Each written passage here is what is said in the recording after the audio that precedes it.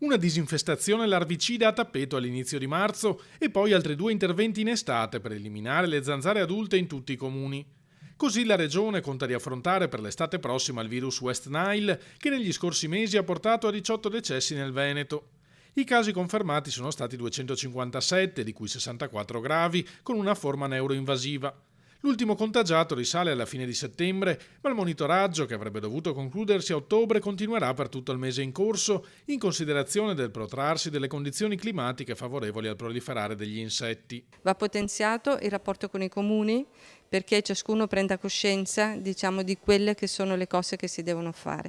Principalmente le disinfestazioni vanno iniziate molto precocemente, quindi nei mesi di febbraio-marzo, quindi ogni comune deve presentare un piano di disinfestazione. Prosegue anche l'attività di studio della malattia. A Venezia nelle scorse ore si sono confrontati esperti del mondo scientifico, del Ministero della Salute, delle ULSS e delle diverse regioni europee interessate dall'emergenza che ha colpito non solo Veneto ed Emilia-Romagna ma buona parte dell'Europa balcanica.